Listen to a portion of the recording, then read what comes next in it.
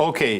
të nderuar shikues të Euronews Albania, ne po e ndërpresim këtë transmetim të drejt për drejt, pasi në lidhje direkte nga gjykata kushtetuese këtu në Tiranë, un kam kolegen time Enkeleda Mema, e cila është në një breaking news. Ajo ka ndjekur gjatë gjithë ditës së sotme dhe për të gjithë ata që e kanë ndjekur emisionet informative të Euronews Albania, është vendimi i gjykatës kushtetuese për çështjen e njohur si çështja Balluku. Enkeleda, mirëmbrëma.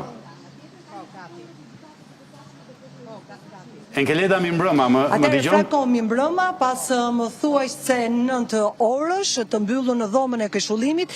gjykata kushtetuese ka vendosur rrëzimin e kërkesës së kryeministrit Edi Rama.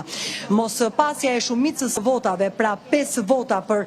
të bërë kuorumin e nevojshëm, ka bërë që gjykata kushtetuese të arrijë në rezultatin që kërkesa e kryeministrit rrëzohet. Po aq me rrëzimin e kësaj kërkese, gjykata kushtetuese ka vendosur që të heqë pezullimin e pezullimit, pra nga ky moment, kjo vendimarrje e gjykatës kushtetuese që botohet në faqen zyrtare dhe më pas në fletoren zyrtare, Belinda Balluku është e pezulluar nga 2 detyrat e saj si zëvendës kryeministre dhe ministre e infrastrukturës dhe energjisë. Do të më lejosh pak të lexoj parashtrimet që ka bërë gjykata kushtetuese në këtë vendimarrje,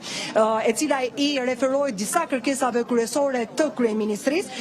Në këtë rast, gjykata kushtetuese vëren se zgjidhja e mosmarrëveshjes së kompetencës së krijuar ndërmjet kryeministrit dhe këshillit të ministrave dhe nga njëra anë gjykatës së posaçme të shkallës së parë për korrupsionin dhe krimin e organizuar, nga ana tjetër shfuqizimi i vendimeve gjyqësore të gjykatës së posaçme, pra të GKOK-s,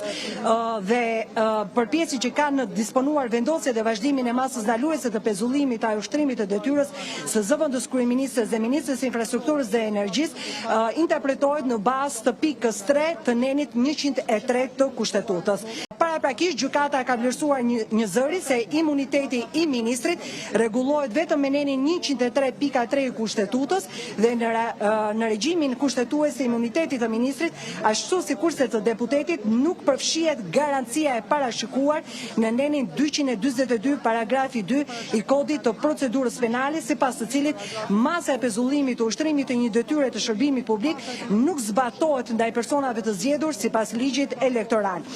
Po aq në lidhje me kërkesën që ka bërë vetë kryeministri në përfundim të diskutimeve dhe nga vlerësimet që kanë bërë të 8 gjyqtarët e gjykatës kushtetuese, ata u ndanë në 2 qëndrime dhe gjykata në këtë mënyrë nuk arriti të kishte numrin e kërkuar të votave për vendimarrje. Pra, për ta përmbledhur edhe një herë, Franco, gjykata kushtetuese ka rrëzuar kërkesën e kryeministrit Edi Rama, nuk është krijuar dot kuorumi i nevojshëm për 5 vota, duke rrëzuar kërkesën automatikisht dhe me këtë rrëzim të kërkesës Belinda Balluku nga këto momente është e pezulluar në 2 detyrat e saj qeveritare.